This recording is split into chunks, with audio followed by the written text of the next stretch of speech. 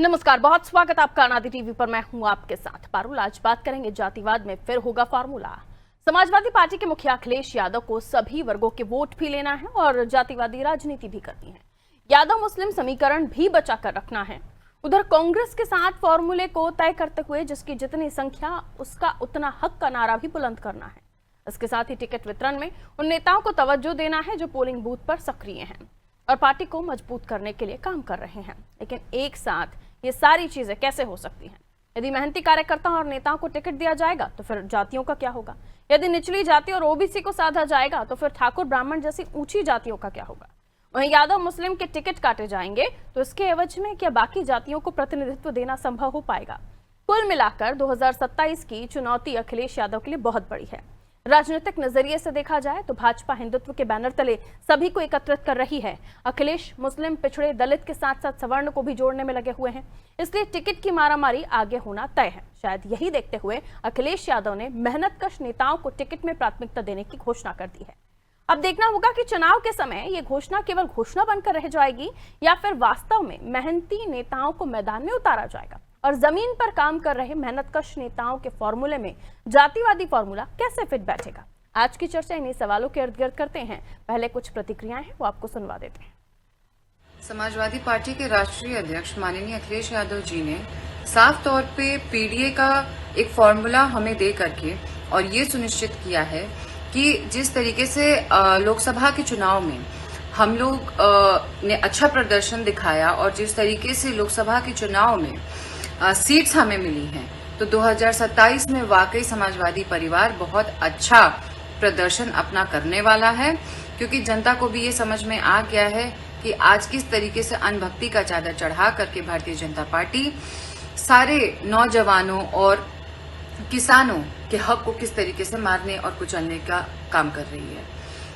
माननीय अखिलेश यादव जी ने सुनिश्चित कर दिया है कि जो लोग अपने बूथ पे मेहनत से काम करेंगे, अपने सेक्टरों को स्ट्रांग करेंगे, 2027 में टिकट की दावेदारी भी वही लोग कर सकते हैं और उन्हें ही समीकरण के हिसाब से टिकट मिलेगा। देखिए, बूथ स्तर तक पकड़ तो अब अखिलेश की नहीं रह गई है। जिस तरह का अनर्गल बयान देते हैं कि जिन्ना महान थे, उनके अबू आदमी कहते औरंगजेब महान थे, तो जनता जान गई कि अखिलेश जी भी महान है। इनकी पढ़ाई लिखाई का ज्ञान बहुत ज़्यादा हो गया है। मेरा एक कहना है कि आप बूथ पर मजबूत तो रख लोगे, मतदाता कहाँ से लाओगे अखिलेश जी? जिस ढंग से आप राजनीति कर रहे हो, ट्वीट करके जनता को चीट कर रहे हो, चीटिंग पकड़ में आ गई है और कहीं कुछ होने वाला नहीं। देखिए, सभा का फॉर्मूला अब जो मेहनतकश नेता हैं, कार्यकर्ता हैं, उन्हें प्राथमिकता दी जाए, लेकिन फिर जातीय समीकरण का क्या होगा? फिर जितनी जिसकी भागीदारी उतनी जिसकी संख्या भारी उतनी उसकी भागीदारी, ये राहुल जी ने जो कहा उसका भी झंडा बुलंद करना है। फिर एमवाय भी है तो फिर पीडीए भी है और सवर्ण को भी लेके चलना है। तो सब मिक्सअप चीजें अगर लेकर चलेंगे तो फिर किस किस को कैसे टिकट बांटेंगे? और अभी इसलिए भी इसको लेकर चर्चा हो रही है क्योंकि ताजा जो मामला आया है कि जो बूथ पर सक्रिय होगा उसे प्राथमिकता टिकट में दी जाएगी। लेकिन अगर ऐसा हुआ तो फिर बाकी सीनियर नेता जो अब तक एड़ी चोटी लगा रहे थे उनको क्या दरकिनार किया जाएगा? बहुत सारी बातें हैं जिनको लेकर हम चर्चा करने की कोशिश करेंगे। आइए मिलिए उन मेहमानों से जो हमारे साथ चर्चा में जुड़ रहे हैं। आलोक त्रिपाठी जी वरिष्ठ पत्रकार हैं, हमारे साथ जुड़ रहे हैं। त्रिपाठी जी, स्वागत आपका। किसी जैन साहब भारतीय जनता पार्टी से बने हुए हैं, स्वागत करती हूँ सर। डॉक्टर नितेंद्र सिंह जी सपा से हमारे साथ बने हुए हैं, आपका भी स्वागत करती हूँ। सबसे पहले मैं आलोक जी आपके पास आ रही हूँ और ये समझने की कोशिश करूंगी कि हर जगह आप सभी जगहों पर अगर अपने जाल फैलाने की कोशिश करेंगे या अगर हमें इसे पॉजिटिव तरीके से भी देखें कि आपको सबको भागीदारी देनी है तो सबको कैसे मुमकिन हो जाएगा? किसी को तो प्राथमिकता में रखना पड़ेगा, लेकिन अब जातिवादी या फिर हिस्सेदारी के साथ अब आ गया है कि जो बूथ पर सक्रिय होगा उसे टिकट दिया जाएगा। समाजवादी पार्टी अपने संगठन को मजबूत करने का प्रयास कर रही है, ये माना जा सकता है, लेकिन फिर जब टिकट वितरण होगा तो फिर किस वाले फॉर्मूले को ज्यादा महत्वपूर्ण समझेगी समाजवादी पार्टी? पीटीए जिसमें सवर्ण बाद में ऐड कर देते हैं, अभी कल हम जब चर्चा कर रहे थे तो ब्राह्मणों का, ठाकुरों का जिक्र हो रहा था, अभी ताजा आते आते अब जो कार्यकर्ता बूथ पर बहुत ज्यादा मेहनत करेगा उसे महत्वपूर्ण माना जाएगा। आप कैसे देख रहे हैं इस तैयारी को? जी पारुल जी, देखिए मुझे जो लगता है कि अभी तो चुनाव में समय है और चुनाव में जब समय है तो जब चुनाव की तारीख नजदीक आ जाती है, फाइनल होने वाला होता है, तब तक बहुत पानी बह चुका होता है। हम अभी जैसे बात कर रहे हैं कि बूथ पे जो सक्रिय हो कर जी देंगे, लेकिन लेकिन ये कहीं संभव नहीं। परिस्थिति कैसी जी होंगी, उस समय का माहौल कैसा होगा, ये उस समय पे निर्भर करता है। लेकिन हाँ, हम अभी जब ये कहते हैं कि बूथ पे जो सक्रिय होगा उसको ही टिकट देंगे, तो इससे ये होता है कि जो बूथ लेवल के लोग होते हैं, नेता होते हैं, वो अभी से उसमें लग जाते हैं और पार्टी को, संगठन को मजबूत करने के लिए, बूथ को मजबूत करने के लिए दिन रात एक करते हैं कि शायद हमको टिकट मिल जाए। ये एक लॉलीपॉप टाइप का है संगठन की मजबूती को लेकर के, लेकिन ऐसा है नहीं। अगर ऐसा होता तो बहुत लोगों को टिकट मिलता। दूसरी बात, जिस तरह से बात हो रही है पीडीए की या जात की, ये अभी तय नहीं है कि जो यूपी का जो चुनाव होगा 2027 का, वो जाति पे होगा या धर्म पे होगा। अगर ये पीडीए, समाजवादी पार्टी, कांग्रेस का लक्ष्य होगा कि कहीं ना कहीं जो चुनाव हो वो जातियों पे हो, संविधान पे हो, जिससे वो भाजपा को घेर सके। लेकिन भारतीय जनता पार्टी का जो लक्ष्य होगा वो कभी नहीं चाहेगी कि जातियों पे कहीं चुनाव हो यूपी के अंदर, क्योंकि उसमें पिछला जो लोकसभा चुनाव का जो परिणाम है वो भाजपा ने देखा है। तो वो चाहेगी कि जो जिस तरह से चीजें बन रही हैं उस पे चुनाव हो। तो ये अभी कह पाना बड़ा मुश्किल है कि जब चुनाव होगा 2027 में तो माहौल क्या होगा। लेकिन यूपी का जो चुनाव अभी तक जो देखा गया है, अगर पिछला थोड़ा सा चुनाव लोकसभा का छोड़ दें, तो यहाँ पे धर्म ही को लेकर आप ज्यादा हावी रहा मामला, और ये देशभक्ति को लेकर के, संविधान हिंदुत्व को लेकर के। और पिछले लोकसभा चुनाव में जरूर समाजवादी पार्टी या पीडीए के नेताओं ने संविधान की स्थितियां लेकर के पूरे चुनाव में टहले, और जिसका उनको काफी हद तक चुनाव में फायदा मिला। लेकिन अभी संविधान या जनता किसको चुनेगी, या जनता आपके जो जातियों पे टिकट देगी उसको फाइनल मानेगी, या धर्म पे, ये अभी क्लियर नहीं कर सकते। ठीक है सर, मैं नितेंद्र जी आपके पास आ रही हूँ।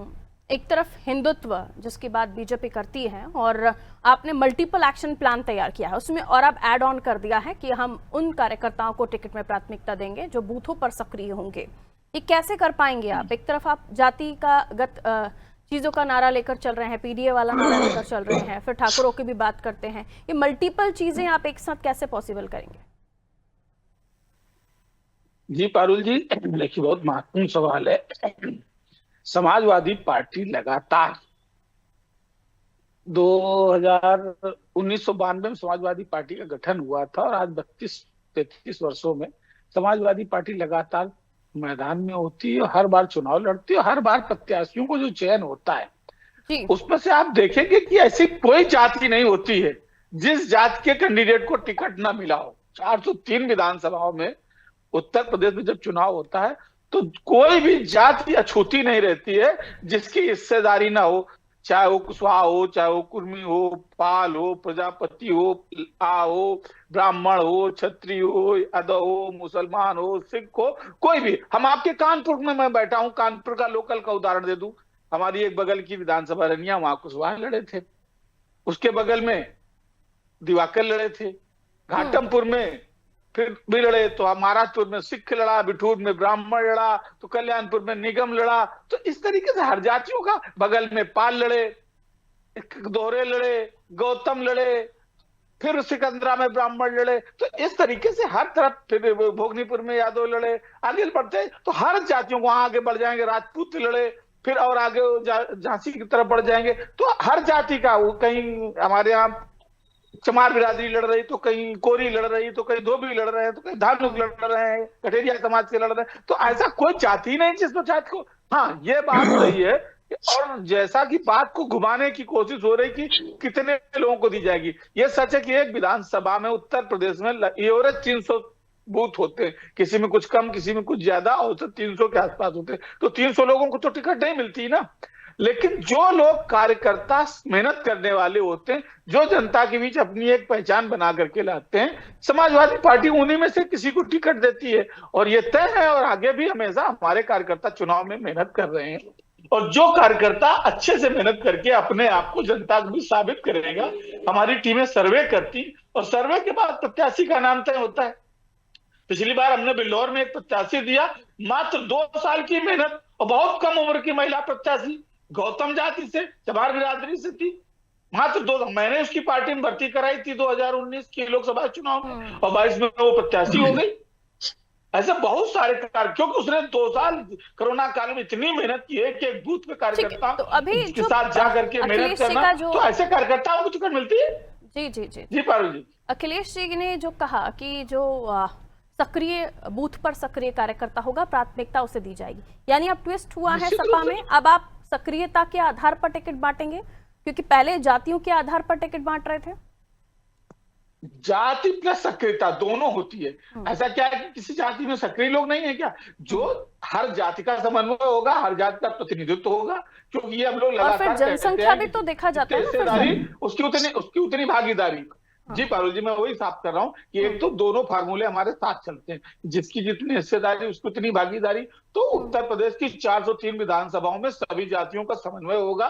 दूसरा, सक्रिय और मजबूत कार्यकर्ता, ये दोनों के बगैर कैसे आप चुनाव और राजनीति में आ सकते हैं? तो राजनीति जिसको करना, उसकी सक्रियता भी होगी, समाज में उसकी पकड़ भी होगी, उसकी पहचान भी होगी। जो फील्ड में होगा उस निश्चित रूप से काम करेगा, उसकी पहचान भी होती है, उसकी समाज में प्रतिष्ठा भी होती है। जी, अभी जो मैं परसेंटेज पढ़ रही थी उसके मुताबिक ओबीसी को आपने 2019 के चुनाव में भी ज्यादा टिकट दिए थे, यादव, कुर्मी, नौनिया, मौर्य, लौध, और फिर हम आ जाए 2022 के चुनाव की तरफ तो फिर आपने ओबीसी को प्राथमिकता दी, फिर आ जाते हैं मुस्लिम, दलित, सामान्य वर्ग। तो इस तरह से आपने ज्यादातर प्राथमिकता जिन्हें दी है फिर वो ज्यादा आप लोग चयनित करेंगे, यानी सक्रिय प्लस मैक्सिमम नंबर्स। ये थोड़ा कंफ्यूजन है ना सर, कि मैक्सिमम जो आप हमेशा से ज्यादा टिकट बांटते रहे हैं वो आपकी प्राथमिकता लिस्ट में होगी, ताकि कार्यकर्ता भी उस हिसाब से सक्रिय हो जाए कि मैं इस एरिया में हूँ, ज्यादा प्राथमिकता मुझे मिलने वाली है, बाहुल्य क्षेत्र भी देखा जाएगा। ये सब स्मार्ट कार्यकर्ता भी है ना, उन्हें भी तो अपना आगे फ्यूचर देखना है।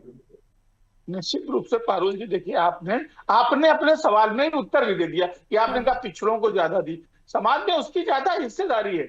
आप जान रहे हैं कि जब आपके पिछले सर्वे के अनुसार पिछड़ों की भागीदारी कितनी थी? 50% से प्लस पिछड़े हैं, फिर दलित है 27%, फिर मुस्लिम है। तो जिसकी जितनी हमने बार-बार, अगर सक्रियता में ज्यादा आपके नंबर्स मुस्लिम के आ गए, दलितों के आ गए, तो फिर आपका ओबीसी फैक्टर कहां जाएगा? पारुल जी, कोई गोपनीयता नहीं है, इसमें खुला खेल है कि हर जो खुला खेल फर्रुखाबादी। ठीक है सर, उसमें खुला खेल सब कुछ करना चाहते हैं आप, सब जातियां, प्राथमिकता कुछ भी नहीं है, सब कुछ करना चाहते हैं। ब्राह्मण की भागीदारी जितनी है हम ब्राह्मण को देते हैं, समाज में जितनी हिस्सेदारी है, क्षत्रिय को टिकट देते हैं। तो इम्पोर्टेंट कौन सी जाति है फिर आपके लिए? ज्यादा महत्व आप किस जाति को देना चाहेंगे? अब तक जो करते आए हैं वो। आप जात की बात क्यों कर रही, समाज की बात करिए। अभी आप ही तो जाति की बात कर रहे थे ना कि सभी जातियों को महत्व देंगे, और अब तक मैंने कहा कि आप ओबीसी को प्राथमिकता देते आए, तो फिर ओबीसी का ही वर्चस्व ज्यादा होगा आपके टिकट वितरण में। ओबीसी में सारे लोग आ तो गए, ओबीसी को ये जाति थोड़ी ना, सिर्फ सामान्य वर्ग और फिर मुस्लिम छूट जाएगा आपका। क्यों छूट जाएगा? अभी आपने कहा ना कि पहले इतने प्रतिशत ओबीसी दिया है ना, परसेंटेज कम आ जाता है ना, फिर ज्यादा परसेंटेज डिवाइड हो जाता है। आप कैसे परसेंटेज निकाल रही हैं? मैं तो 60% आबादी को 60% टिकट मिलेगी, डोमेन पब्लिक डोमेन में है, मैं वही बात कर रही हूँ। 20% को 20%, ऐसे नहीं चलेगा ना। ठीक है, सभी का मिक्सचर आप करना चाह रहे हैं, किसी जन से अब हम समझ लेते हैं। ये इनकी रणनीति है, स्ट्रैटेजी है, जिसके तहत ये संगठन को भी मजबूत करना चाहते हैं। एक हमने वाक्य दे दिया अपने कार्यकर्ताओं के बीच कि जो कार्यकर्ता सक्रिय होगा उसे टिकट के लिए कहा जाएगा। फिर हम जाति वाला मोर्चा भी इनकी रणनीति अपनी स्ट्रैटेजी के तहत ये चल रही है। लेकिन आपके पास एक हिंदुत्व का ही नारा है, कैसे जीतेंगे सर? 2027 के लिए अभी से इन्होंने कमान संभाल ली है, और अभी आपकी तरफ से संगठन के बारे में अगर मैं बात करूं तो तैयारियां नहीं दिख रही हैं। नहीं पारुल जी, देखिए, भारतीय जनता पार्टी के बारे में तो विपक्ष भी कहता है कि भारतीय जनता पार्टी हमेशा चुनावी मोड में रहती है, उसकी तैयारी हमेशा रहती है। तो ये कह देना कि भारतीय जनता पार्टी अभी कहीं तैयारी नहीं, ऐसा बिल्कुल पहली बात। दूसरी बात, अभी आप देखिए कि हमारे जिला अध्यक्षों का चुनाव हुआ है, इसके पहले बूथ अध्यक्षों का चुनाव हुआ है, तो हमारी तैयारी पूरी है और हम पूर्ण रूप से सक्रिय हैं। रही बात श्री अखिलेश यादव जी के बयान को लेकर के, तो उनकी बयान में आपने एक चीज को कोट नहीं किया पारुल जी। उन्होंने स्वयं कहा कि देखिए, ये शिकायत का दौर नहीं है, एक दूसरे की काट कर रहे हैं, एक दूसरे की शिकायत कर रहे हैं, ये शिकायतें करना बंद करिए। आवश्यकता इस बात की, जो बूथ पे काम कर रहा होगा उसको टिकट देंगे। यानी कि अभी से पार्टी के अंदर सिर्फ प्रवर शुरू हो गया है, एक दूसरे की काट शुरू हो गई है। वहां पे जो टिकट के दावेदार हैं वो एक दूसरे के खिलाफ ही विषाद बिछाने का पूरा काम कर रहे हैं। जब एक दूसरे के खिलाफ पार्टी के लोग ही विषाद बिछाने का काम कर रहे हैं तो किस आधार पे अपने आप को मजबूत बता रहे हैं? नंबर एक चीज। दूसरी बात ये कहना बहुत आसान है कि हम कार्यकर्ताओं को मौका देंगे। कार्यकर्ताओं को कब मौका देती समाजवादी पार्टी? समाजवादी पार्टी के ऊपर एक जो ठप्पा लगा है MY फैक्टर का, आप देखिएगा चुनाव आते आते आते आते वहीं तक पहुंच जाता है। और ये यहाँ तक कहने लगते हैं कि इस जिले में कोई मुस्लिम प्रत्याशी नहीं है, इस जिले में एक यादव प्रत्याशी और एक मुस्लिम प्रत्याशी इस जिले में होना आवश्यक है। यानी कि जो 75 जिले हैं, 75 जिलों में से एक यादव एक मुस्लिम, अगर आप हर जिले में देख लीजिए एक यादव और एक मुस्लिम जरूर मिलेगा 75 के 75 जिलों में। यानी कि 5 से 6 सीटों पे आपको एक यादव एक मुस्लिम मिलेगा। यानी कि 50% सीटें तो ऐसे चली गई, बची 50% में भी इनको परिवारवाद दिखाई देता है। आजम खान साहब स्वयं सांसद थे, उनकी पत्नी क्या थी, उनका बेटा क्या था, आप देखिए। कैराना में उपचुनाव में इन्होंने किसको टिकट दिया? अभी जो चुनाव हुआ अयोध्या वाली सीट पे, वहां पे इन्होंने किसको टिकट दिया? जिसका नाम ले लेके बता रहे थे कि भाई अयोध्या आप तो हार गए, वहां के सांसद के बेटे को टिकट दिया। यानी कि बचे खुचे जो प्रत्याशी रहते हैं वो कौन होंगे? पार्टी के जो वर्तमान विधायक हैं उनके बेटे, उनकी पत्नियां, यानी उनके परिवार का ही व्यक्ति दिखाई देगा। तो आम कार्यकर्ता कहाँ जाएगा? आम कार्यकर्ता तो सिर्फ झंडा उठाने का और पट्टी बिछाने का काम करेगा इनके वहां पर। और सबसे बड़ी समस्या ये है परिवारवाद और जातिवाद, दो चीजों से समाजवादी पार्टी मुक्त नहीं हो पा रही है। यही कारण है कि इनको जब 2012 में जनता ने फुल फ्लैश सरकार दी, पूरा समर्थन दिया, बहुत अच्छा समर्थन दिया और फुल फ्लैश गवर्नमेंट बनी, पूर्ण बहुमत की सरकार बनी। लेकिन उसके जस्ट बाद 2014 में लोकसभा चुनाव हुआ तो परिवार की 5 सीटें सिमट करके रह जाती है। उसके बाद में 2019 का चुनाव होता है, उसमें परिवार की सीटें भी हार जाते हैं। हाँ, 2022 के चुनाव में इनको कुछ गनीमत लगी, लेकिन किस तरीके से? जब कांग्रेस और ये और तमाम सारे छोटे दल सबको एक करने का प्रयास किया, तब जाकर के कुछ इनको वो भी भ्रम भी फैलाया। क्या भ्रम फैलाया कि संविधान खतरे में, संविधान खतरे में, संविधान खतरे में। तो जो ये भ्रम फैलाया, इन सारी चीजों वजह से इनको कुछ सफलता मिली। लेकिन उसके बाद में क्या हुआ? उसके बाद में फिर समाजवादी पार्टी के लोग जो बिलों में दुबके बैठे थे बाहर निकल आए, क्राइम रेट बढ़ने लगा। फिर अखिलेश जी को याद आया कि अरे ये तो यादव इसका इनकाउंटर हो गया, ये तो मुस्लिम है इसका इनकाउंटर हो गया। क्यों हो गया भाई? मुस्लिम है, ये तो भाई भटके हुए लोग हैं। तो इन सारी चीजों से जनता मुक्ति चाहती है। जनता ने बड़ी मुश्किल से इनसे पीछा छुड़ाया है और जनता नहीं चाहती है कि फिर से यहाँ पर। ठीक है केसी जैन साहब, जवाब ले लेती हूँ। और नितेंद्र जी, ठीक है केसी जैन साहब जवाब ले लेती हूँ। नितेंद्र जी क्या जवाब देंगे आप? वो कह रहे हैं परिवारवाद, जातिवाद, इससे उभरेंगे तब ना कुछ कर पाएंगे, और फिर आप झुंझुना दे देते हैं कार्यकर्ताओं को ये सब जी। मुझे ऐसा लग रहा है कि इस बार तो फिर भारतीय जनता पार्टी में लालजी टंडन के बेटे को टिकट नहीं मिलनी चाहिए, फिर कल्याण सिंह के पोते को, कल्याण सिंह को बेटे को भी टिकट नहीं मिलेगी, इस बार पंकज सिंह को भी टिकट नहीं मिलेगी, क्योंकि ये भी तो भारतीय जनता पार्टी के नेताओं के लड़के हैं। और अभी हमें पता नहीं कि भारतीय जनता पार्टी के प्रवक्ता जो हैं किस स्कूल से पढ़े हैं, उनकी क्या क्वालिफिकेशन है। उन्होंने अभी 50% टिकट बांट दी कि एक जाति को। उन्होंने बता दिया कि उत्तर प्रदेश के हर जिले में एक यादव और एक मुसलमान को जरूर टिकट दी जाएगी। तो भैया 75 जिले उत्तर प्रदेश में हैं और 75 जिले में एक यादव और एक मुसलमान मान लेते हैं तो 150 टिकटें हो गई। और 403 में का अगर परसेंटेज निकाल लिया जाए तो जरा कितने होते हैं, मुझे ये नहीं समझ में आया कि इन्होंने कितने परसेंटेज कहाँ से कहाँ आंकड़ा निकाल लिया। और जबकि ये प्रैक्टिकल ही नहीं है। हम देखते हैं कि कई कई जिलों में एक भी यादव को टिकट नहीं होता है, कई कई जिले हैं परिवार में बट जाता है। परिवार कितना बड़ा परिवार है पारुल जी, आप भी उनकी बात का समर्थन करें। कितना अखिलेश जी परिवार से कितने लोग विधानसभा चुनाव लड़ेंगे जरा बता दीजिए। अखिलेश जी के परिवार से विधानसभा का चुनाव कितने लोग लड़ेंगे जरा बता दीजिए। अधिकतम 2 भैया भाभी देवर सभी तो लड़ते हैं। कौन लड़ता बता दीजिए, आप अभी बता दीजिए कि विधानसभा चुनाव नहीं पता यादव परिवार में कितनों को महत्व दिया जाता है। फिर तो आप अच्छे कार्यकर्ता नहीं है समाजवादी पार्टी के। मोदी मीडिया की बातें मत बोलिए, ये पुराना डायलॉग हो गया, पुराना डायलॉग हो गया, नया लेकर आइए। अब विधानसभा अभी उन्होंने दूसरी बात जो कही वो तो सभी को पता है। इस बार नहीं बटे यादव परिवार में, फैमिली एंड सन्स को टिकट नहीं बटे। कैसी बातें कर रहे हैं नितेंद्र जी? रुक जाइए। आपके बोलने से थोड़े ना झूठ और सच अखिलेश बदल जी का जाएगा। कौन सा बेटा चुनाव अच्छा, लड़ेगा? अभी उन्होंने जो बात के पॉइंट पर आई है, अखिलेश जी ने कहा कि शिकायतें करना बंद कर दी। वो कह रहा सिर्फ उटवल की स्थिति बनी हुई है आपकी पार्टी के अंदर। मैं पूछ तो रहा हूँ कि भारतीय जनता पार्टी में ये तो रोज दिल्ली और लखनऊ के बीच जो तलवारें खिंची हैं, ये सिर्फ उटवल नहीं क्या है? किसी को कुर्सी नहीं दी जा रही, डिप्टी सीएम स्टूल में बैठ रहा है, इसको क्या कहेंगे? रोज दिल्ली से लखनऊ, लखनऊ से दिल्ली जो रोज चल रहा है कि आज कुर्सी गई, आज कुर्सी गई, इसको क्या कहेंगे? अरे भारतीय जनता पार्टी अपनी सिर्फ फुटबॉल देखे, अरे बूथ के चुनावों में कुर्सी चल रही है। अभी मंडल अध्यक्षों मैं अभी आलोक जी को इन करूं, उसके बाद आऊंगी किसी जन साहब आपके मंडल अध्यक्ष चुनाव एक चीज ये है, हमारे यहाँ तो चुनाव होता है और इनके वहां सबकी सब मनोनीत होते हैं, किसी चीज का कोई चुनाव नहीं होता है और चुनाव हो रहा तब समझ में आएगा कितना अभी तुम पे भारी है।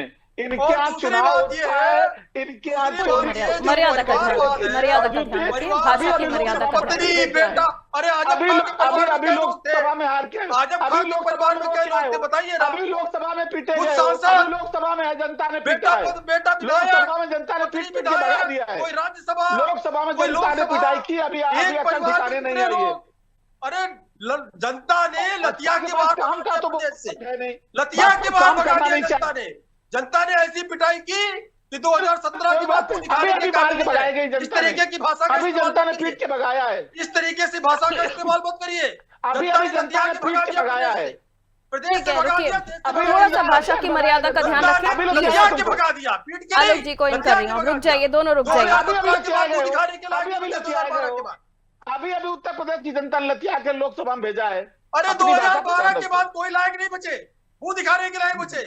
परिवार की 5 सीटें हार गए 2000, चाहे टिप्पण जी हो, आलोक जी, चाहे अक्षय जी हो, मसला ये है, क्या हुआ था, क्या हुआ था, लगता है सीटें थी ना, परिवार को भी जनता ने लताड़ दिया, परिवार को भी लताड़ दिया जनता ने। 2 सीटें ठीक है। आलोक जी को बोलने दीजिए, रुक जाइए, तू मैमे की बहस से थोड़ा सा रुक जाइए। आलोक जी, संगठन की मजबूती के लिए काम कर रही समाजवादी पार्टी, क्या भारतीय जनता पार्टी की टक्कर में संगठन को उतना मजबूत कर पाएगी? 2027 बहुत दूर नहीं है, लेकिन कोशिशें तमाम की जा रही हैं। उस लिहाज से बूथ, ब्लॉक और उस तमाम जगहों पर कार्यकर्ता क्या उस हद तक मेहनत करेगी समाजवादी पार्टी, और फिर उसके बाद तमाम जो आरोप प्रत्यारोप हैं उनको धोते हुए भी इन्हें आगे बढ़ना पड़ेगा? आलोक जी। जी पारुल जी, देखिए समाजवादी पार्टी हो, कांग्रेस हो या भारतीय जनता पार्टी हो, अगर हम संगठन की दृष्टि से देखें तो भारतीय जनता पार्टी का संगठन ज्यादा मजबूत है और वो 365 दिन सिर्फ संगठन को लेकर के ही राजनीति करते रहते हैं। वो कभी अपने कार्यकर्ताओं को शांत से बैठने नहीं देते हैं, तो इसलिए आज उनका संगठन अगर देखें। लेकिन हम फिर कहना चाह रहे हैं, जब 2027 का चुनाव होगा तो अभी हम ये कह रहे हैं कि हम पीडीए को उस पर लड़ेंगे, लेकिन हो सकता है तब तक चुनाव जो हो वो पूरे धर्म पे आधारित हो जाए, हिंदुत्व पे आधारित हो जाए। क्योंकि कभी विकास की बात तो होती है, आप पिछले कई चुनाव आप देखिए, जब भी चुनाव जब शुरुआत होती है चुनाव की तो विकास की बात होती है कि मेरी सरकार थी तो ये कराया, लेकिन धीमे धीमे वो चुनाव चला कहाँ जाता है, वो कहीं संविधान पे चला जाता है, कहीं धर्म पे चला जाता है, कहीं देश पे। तो ये नेताओं का एक सोची समझी रणनीति होती है कि हम किस दिशा में लेके जाना है, और उनको जब लग जाता है। और यही कारण है कि जब कई चरणों में चुनाव होते हैं पूरब से लेके पश्चिम तक, तो वो पूरी हवा को बहा के लेके चलते हैं कि वहां का रिजल्ट क्या रहा। लेकिन सर फिर भी टीम की तो जरूरत है, मजबूत टीम की आवश्यकता सभी दलों को है। नहीं बिल्कुल, देखिए टीम के बगैर तो चुनाव नहीं जीता जा सकता है, क्योंकि उसका भी बहुत बड़ा रोल होता है। लेकिन जो चुनाव में अभी क्या होगा, जाति पे चुनाव होगा 2027 का कि धर्म पे होगा, ये बड़ी बात है। लेकिन हाँ, संगठन की जो कहते हैं कि मजबूती कैसे होगी, तो वो बूथ लेवल पे जब हम कहेंगे कि बूथ मजबूत होगा उसको ही हम टिकट देंगे, तो इससे कम से कम कार्यकर्ता नीचे लेवल पे सक्रिय होंगे और अपने बूथ को इसलिए मजबूत करेंगे कि शायद उनको टिकट मिल जाए। भले ही टिकट मिलता इतना आसान नहीं है, टिकट उस समय की परिस्थितियां, उस समय की जो रणनीति होती है या उस समय की जो हमारी विरोधी पार्टी होती है उसने किसको मैदान में उतारा है, तमाम ऐसी चीजें होती हैं, उनको देखने के बाद हम फाइनल करते हैं। और यही कारण है कि पिछले कुछ समय से चुनाव जब हो रहा है उसमें आप देखिए कि प्रत्याशी पार्टियां एक दूसरे की पार्टियों को देखते हैं कि पहले उनकी पार्टी के प्रत्याशी घोषित हो जाएं, फिर हम अपनी पार्टी के प्रत्याशी घोषित करें, उसी हिसाब से हम अपना टिकट भी बदलते हैं। और हर बूथ पर कार्यकर्ताओं को अगर जगह देंगे तो वो जो मजे हुए नाम है अपने अपने क्षेत्रों के, जिन्होंने अब तक से कई बार सीटें भी संभाली हैं, अपना वर्चस्व कायम किया, फिर वो कहाँ जाएंगे? अगर कार्यकर्ताओं को हर जगह आगे करेंगे तो उनका क्या होगा फिर? खैर, फॉर्मूला है, इस फॉर्मूले पर कितने कायम रहती है समाजवादी पार्टी तो आने वाले समय के साथ पता चलेगा। बहरहाल ये कोशिश अच्छी है, जैसे कि आलोक जी ने भी कहा। बहुत बहुत शुक्रिया आप सभी का हमारे साथ चर्चा में जुड़ने के लिए। तो देखिए, आरोप कई लगते हैं समाजवादी पार्टी के ऊपर, जातिवाद, परिवारवाद, मुस्लिम यादव फैक्टर, और उसके बाद अब आते आते पीडीए, फिर बात करने लगते हैं ठाकुरों की, क्योंकि ऐसे समय पर जब हम उत्तर प्रदेश की पॉलिटिक्स को देख रहे हैं तो अलग अलग मुद्दे आ ही जाते हैं चुनावी समय में। इससे पहले भी आपने देखा था तमाम मुद्दे थे, लेकिन उसके बावजूद भी संविधान का मुद्दा भारी पड़ रहा था। और अब बीजेपी उसी मुद्दे को लेकर ये कहती है कि भ्रम फैलाने की कोशिश की गई थी, क्योंकि सरकार बनी लेकिन किसी भी तरह से संविधान में जो बदलाव की बात या संविधान बदल देंगे, इस तरह के जो बयान उस वक्त दिए जाते थे, उसको बीजेपी ने बाद में कहा कि सरकार बनने के बावजूद भी ऐसा कुछ नहीं हुआ, तो ये भ्रम फैलाने की कोशिश थी। अब आइए, संगठन को मजबूत करने की बात जो अखिलेश जी ने की है, जिसमें उन्होंने कहा है कि सक्रिय जो बूथ पर रहेगा उसे टिकट में प्राथमिकता दी जाएगी। तो ये किस तरीके से मुमकिन होगा, ये सपा खुद भी नहीं समझ सकती, क्योंकि एक तरफ आपको जाति का भी ध्यान रखना है, एक तरफ आपको चेहरों का भी ध्यान रखना है, और बाहुल्य क्षेत्र है वहां पर बड़ा चेहरा आपका कौन सा, उन तमाम समीकरणों को साधते हुए, और फिर आपने पीडीए भी लॉन्च किया है तो उसे भी आपको ध्यान रखना है। तो बहुत आसान नहीं होगा, चुनौतियां अपरंपार हैं। लेकिन फिर अखिलेश जी भी कह देते हैं कि संगठन में शिकायतें करना बंद करें, तो फिर समझ आता है कि एक दूसरे को नीचे करके ऊपर सब आगे बढ़ने की होड़ में है। तो ऐसे में फिर कैसे मजबूत होगा संगठन, जब सभी टीम वर्क में तो सभी को साथ में चलना पड़ता है, तभी टीम मजबूत होती है। देखना होगा आने वाले समय में, क्योंकि चुनाव अभी दूर है, लेकिन तैयारियां अभी से ही शुरू हो गई हैं। आते आते कितने फॉर्मूले बदलेंगे, कितनी चीजें और होंगी, ये समय के साथ पता चलेगा। दीजिए इजाजत, नमस्ते।